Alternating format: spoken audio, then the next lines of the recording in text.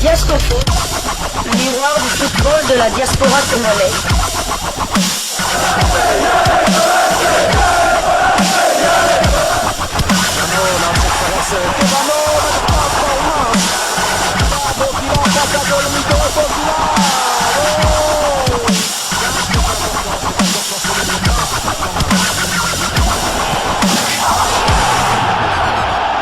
Diasco Foot, le miroir du football de la diaspora congolaise. Vous êtes sur Diasco Foot, le miroir du football de la diaspora congolaise. Diasco Foot vous dit bonjour, tout le plaisir est pour nous de vous retrouver, mais surtout de savoir que vous êtes nombreux en train de suivre votre chaîne YouTube dédiée uniquement aux footballeurs de la diaspora congolaise. C'est l'heure de partager avec vous quelques news que nous avons pu récolter pour vous, des news concernant certains de nos internationaux ou des binationaux qui se sont illustrés dans leurs clubs respectifs. Et cela dans le cadre de cette deuxième livraison de ce mercredi 3 avril 2024. Une livraison qui nous amène du côté de la France. La belle aventure de Valenciennes en Coupe de France s'est achevée hier au Groupama Stadium de Lyon après sa défaite 3-0 contre l'Olympique lyonnais.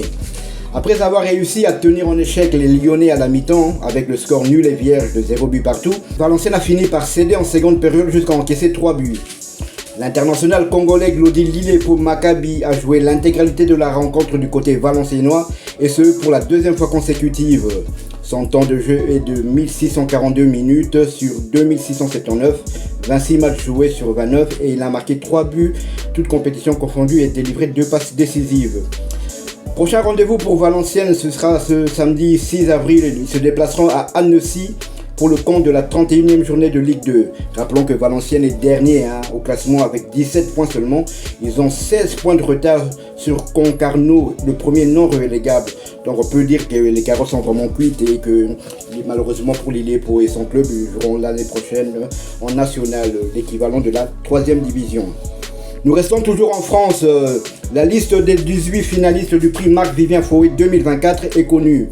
Comme chaque année depuis 2009, France 24 et RFI organisent le prix Marc-Vivien Fouet du nom de l'international camerounais mort tragiquement en France d'un malaise cardiaque en plein match en 2003 et récompensant le meilleur footballeur africain ayant évolué en Ligue 1. La saison passée, le capitaine de la sélection congolaise Chancel Mbemba avait succédé au milieu ivoirien de Lens. À l'époque, il jouait à Lens, maintenant il joue en Arabie Saoudite. Seko Fofana, qui lui-même avait succédé à Gaël Kakuta.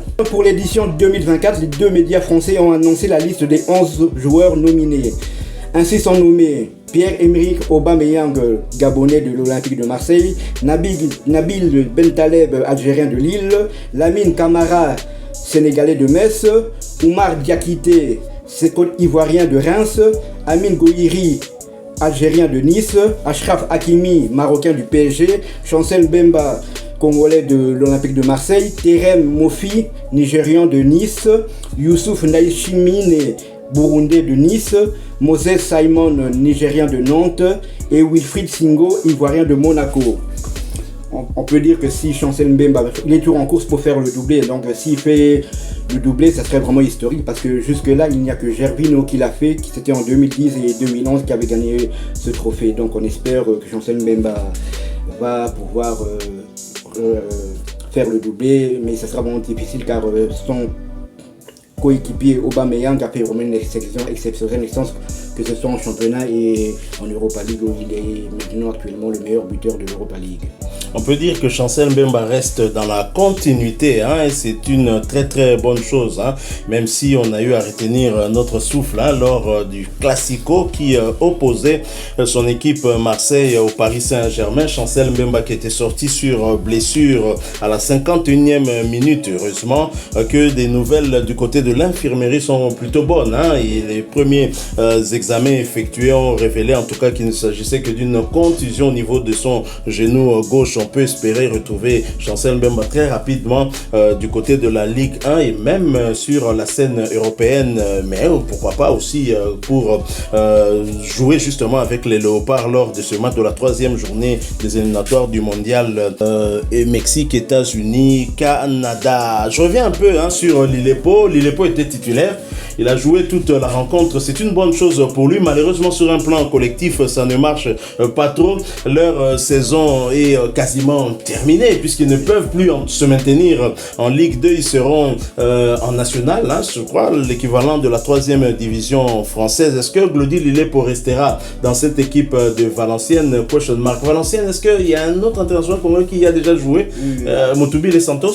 Moutoubi Santos est passé par là. Et Arthur Massois aussi y a joué. Donc Glody Lillepo, dès qu'il est arrivé, il avait vraiment performé. Hein. Il avait marqué 2 buts et délivré 2 passes décisives lors des 3 premières rencontres. Et regardez, une vingtaine de matchs plus tard, il n'en est qu'à 3 buts et toujours 2 passes décisives.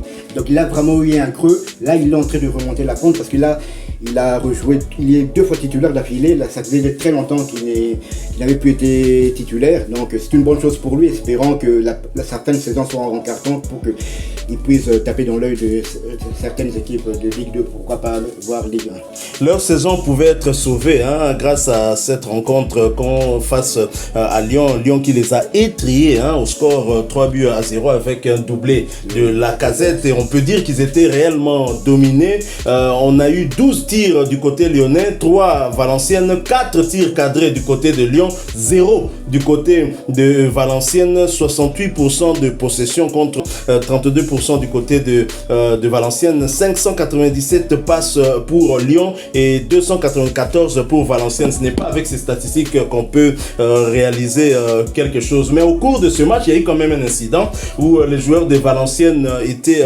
opposés à l'arbitre. Ils lui reprochaient leur but refusé. Je ne sais pas si c'est ça qui était le tournant du match, mais en tout cas, ça a fait jaser, ça a fait parler. Triste pour Glody Lillepo pour Maccabi, mais on le savait. Autant dire que pour ce match des demi-finales de la Coupe de France, ils étaient face à un Goliath, mais c'est pas le Goliath de l'époque de David.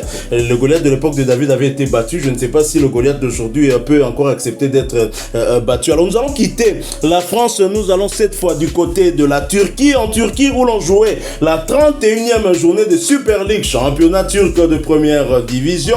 Sans Salem Mbakata, Gaziantep sombre à domicile face à Alanyaspor sur le score sans appel de 0 but contre 3. Salem Mbakata était malheureusement suspendu pour ce match après un cumul de cartons jaunes. Il a vu son temps de jeu stagner à 1900 minutes sur les 3411 minutes possibles. Il aura participé à 27 des 35 matchs avec son club.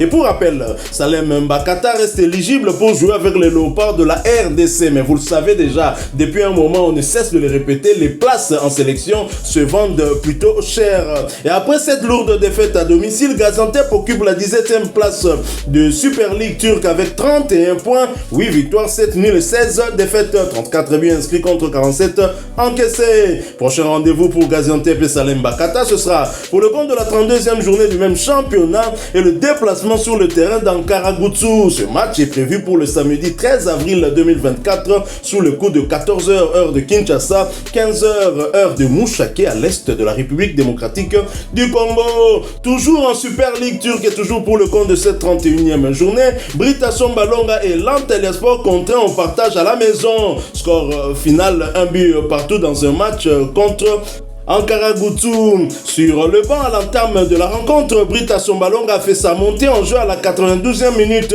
portant ainsi à 739 son temps de jeu sur les 3401 minutes. Il a participé à 21 des 35 matchs avec son club avec tout de même 5 buts inscrits. Après ce nul à la maison, Antalyaspor occupe la 8e place du championnat avec 42 points, 10 victoires, 12 nuls et 9 défaites, 36 buts inscrits contre 34 encaissés. Et prochain rendez-vous pour Sombalonga et ses coéquipiers, ce sera pour le compte de la 32e journée et le déplacement sur le terrain de Rizespor le dimanche 14 avril 2024 sous le coup de 14h heure de Kinshasa, 15h heure de Aru. Nous sommes là dans la province de l'Ituri, toujours à l'est de la République démocratique du Congo. Toujours en Super League, toujours pour le compte de cette 31e journée, sans Djaneli Imbula, Istanbulspor sombre très lourdement à domicile face à Rizespor, score final 0 but contre 4. Imbula n'était même pas sur la feuille de ce match, voyant son temps de jeu stagner à 146 minutes sur les 2836 minutes possibles. Il n'aura participé qu'à 5 de 29 matchs avec son club. Autant dire que rien ne va pour Djaneli Imbula, nous n'en connaissons pas les raisons. Nous tâcherons en tout cas d'essayer de fouiner. Et même lorsqu'il est arrivé en sélection, il n'a pas convaincu. Ce n'est pas le Gianelli Mboula prometteur dont on entendait en tout cas parler, qui hésitait à rejoindre la tanière. Au moment où il a accepté de rejoindre la tanière, c'est vraiment, ça devient difficile. Il faut vraiment qu'il puisse hausser son niveau. Est-ce qu'il y parviendra? Question mark. Après ce revers à domicile, Istanbulspor est bon dernier du championnat avec 13 petits points, 3 victoires, 7 nuls et 21 défaites, 22 buts inscrits contre 59 encaissés. Et prochain rendez-vous, ce sera pour le compte de la 32e journée et le déplacement sur le terrain d'Ata Sport le dimanche 14 avril 2024 sous le coup de 14h heure de Kinshasa, 15h heure de Butembo à l'est de la République démocratique du Congo. Nous quittons la Super League turque, mais nous restons en Turquie. Nous allons en deuxième division où l'on jouait la 28e journée sans Gaëtan Alora Luamba. Gençler Birlihi est allé s'imposer sur le terrain de Boluspor, ancien club de Kabongo Kasongo, sur le score d'un but contre 2. Convalescent, l'international congolais Gaëtan Alora Luamba n'a pas pris part à cette rencontre, voyant son temps de jeu stagner à 192 minutes sur les 579 minutes possibles. Il aura participé à 5 des 6 matchs avec son équipe. Il ne s'est pas encore illustré depuis qu'il a rejoint cette équipe. Et après cette victoire, Gençler Birlihi occupe la 7e place du championnat avec 11 victoires, 10 nuls et 7 défaites, 33 buts inscrits contre 27 encaissés. Et prochain rendez-vous pour Gençler Birlihi et Gaëtan Alora Luamba, ce sera pour le compte de la 29e journée, la réception d'Adanaspor le dimanche 7 avril 2024 sous le coup de 14h heure de Kinshasa, 15h heure de Beni à l'est de la République démocratique du Congo. Restons toujours en deuxième division turque et pour le compte de cette 28e journée, Kabongo Kasongo Sakaryaspor battu sur le terrain de Sanliurfaspor sur le score de 2 buts à 0. Titulaire, Kabongo Kasongo a disputé l'intégralité de ce match. À noter qu'il s'agissait de sa 6e titularisation consécutive, portant ainsi à 1940 minutes son temps de jeu sur les 2936 minutes possibles. L'international congolais a participé à 25 des 30 matchs avec son équipe et Sakaryaspor, après ce revers, occupe la 4e place du championnat avec 47 points, 13 victoires, 8 nuls et 7 défaites, 41 buts inscrits contre 30 encaissés. Et prochain rendez-vous pour Sakaryaspor, ce sera pour le compte de la 29e journée du même championnat et la réception de Boluspor le samedi 6 avril 2024 sous le coup de 18h30 heure de Kinshasa, 19h30 heure de Goma dans l'est de la République démocratique du Congo. Nous allons cette fois-ci du côté de l'Arabie Saoudite où on jouait la 26e journée de la Saudi Pro League. Abba et Marcel Tisserand ont été étriés par Al Nassr d'un certain Cristiano Ronaldo. Score final 0 but à 8 et Cristiano Ronaldo 13 en verbe ont réalisé une fois de plus un triplé après celui de la semaine passée. Donc Marcel Tisserand et ses coéquipiers en ont vu de toutes les couleurs face à l'ancien Ballon d'Or. Sadio Mané aussi a marqué lors de cette rencontre. Marcel Tisserand a joué toute la rencontre et ce pour la 7e fois consécutive. Son club est avant-dernier de la Saudi Pro League avec 22 points, 6 victoires seulement cette saison, 4 nuls et 11 défaites. Et depuis que Marcel Tisserand a rejoint ce club, il n'a pas manqué une seule minute de jeu. Il a joué donc la totalité des 7 rencontres. Prochain rendez-vous pour Abba, ce sera le dimanche 7 avril. Ils recevront Al-Fateh pour le compte de la 27e journée de la Saudi Pro League. Nous restons toujours dans le golf, mais cette fois-ci du côté des Émirats Arabes Unis, où on jouait les quarts de finale de la Coupe des Émirats Arabes Unis. Al Jazeera a été battu sèchement à domicile par Al Wassel sur le score de 3 buts à 0. Al Jazeera et Kebano ne verront donc pas les portes des demi-finales. Kebano était titulaire pour la 5e fois consécutive avant de sortir à la 73e minute de jeu. Son temps de jeu est de 1654 minutes sur 2142. Il a joué 20 matchs sur 22 et marqué 5 buts toutes compétitions confondues et délivré 2 passes décisives. Prochain match, ils se déplaceront chez Shabab Al-Ahli le dimanche 7 avril pour le compte de la 17e journée du championnat des Émirats Arabes Unis.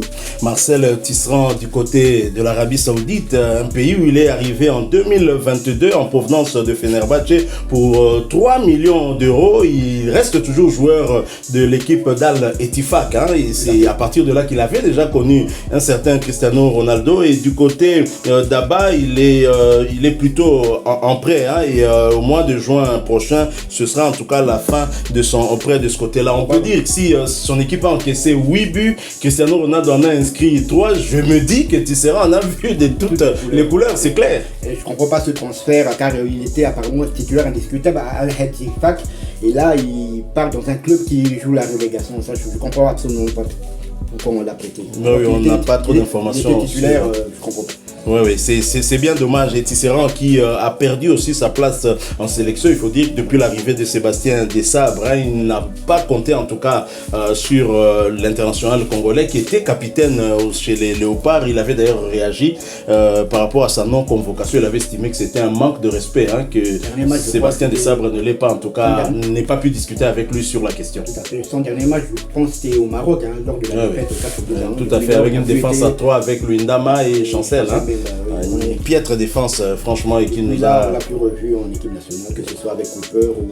S'il y a encore des chances de le revoir, je ne pense pas avec ces défenseurs centraux qui viennent frapper à la porte de la sélection. On continue d'ailleurs à vous proposer des portraits. Je pense qu'aujourd'hui, on en a déjà proposé un. Demain, il y en aura encore. On vous a dit qu'on peut faire des portraits comme ça, même pendant 2 mois.